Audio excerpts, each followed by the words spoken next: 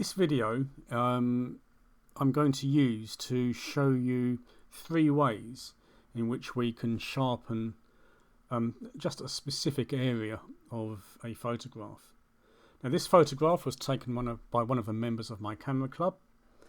He's given me permission to use it, so that's what I'll do. So the first thing I'm going to do is to duplicate this layer, and the first tool I want to use is this one. It's the sharpen tool inside Photoshop. If you don't see the sharpen tool on your toolbar, we'll choose edit toolbar, and what you'll find will be on the right hand side here under extra tools, you'll see the sharpen tool, and you just want to add it to an appropriate place on your toolbar. I actually like to put mine together with the blur and smudge tools. So I'll say done to that, and we'll select the sharpen tool. Now, by default, the strength up here is set to 50%. I like to actually reduce that a bit because I find 50% can actually be too strong. And then it's just a question of painting in the areas where I want to apply this tool.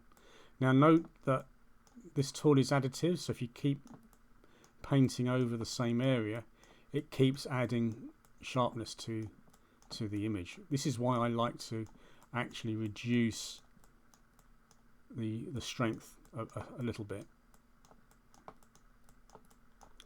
Now, Adobe claim that the sharpening technology behind the sharpen brush is their best technology. I don't know about that, to be honest, but it certainly does work. Now, this is never going to be as sharp as if you took a sharp photo in the first place, but it can help. So we've taken it from that to that, and I would still like to get a little bit more into the eyes, I think. So we'll just keep painting in here. Be careful not to go too far. So we've taken it from that to that. I think I've actually taken it a little bit far. One of the reasons why I wouldn't use this tool is because it's actually hard to undo. You'd have to go back and start again. But that's the first method. Let's look at the second method. So the second method, I'm going to go to Filter, Sharpen. And the only one which is of really any use here is the unsharp mask. So we'll check that. And now we need to set a radius. Now, normally I wouldn't recommend setting a radius as high as 3 pixels.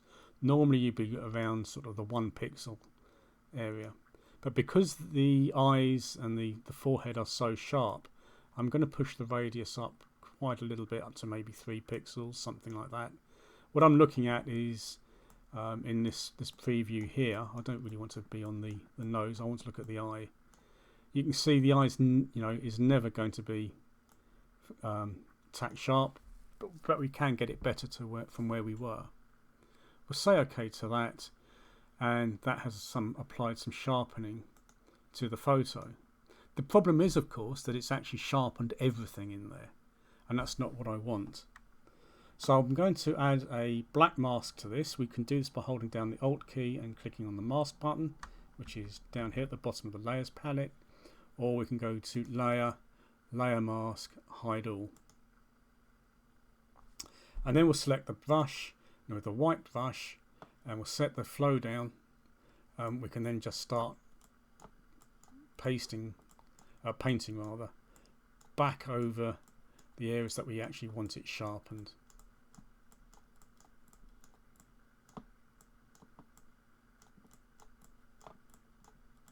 Make sure that you actually paint over more than just the eyes, and with a soft brush we can actually make it fade in a little better, shall we say, something like that, so we can get that effect. The third way to do this is, again, we'll duplicate the layer, and this time we'll go to Filter, Other, and High Pass. And high pass, we need to set a radius. That's the only value that we can set here. And you need to set a radius such that you can see detail in the area that you want to sharpen. If you push it too far, you basically go back to the color image again, and that's definitely not what we want. We need to see detail in the area that we want to sharpen, but not too much. So I would say somewhere around there is probably going to work for us. We'll say OK to that, and then we need to set the blend mode for this layer down to linear light. Again, because this is applying to the whole layer, what we need to do is add a black mask to this, and then with a soft white brush we'll just paint in the areas that we want it to apply. Now what technique you use for you is really going to be down to personal preference. But we can see this is the high pass, this is unsharp mask, and that's with the sharpening brush. Which one you prefer to use is entirely up to you. I think for me personally on this photo, high pass or the sharpening brush works best, but again, it's personal preference. Thank you for watching.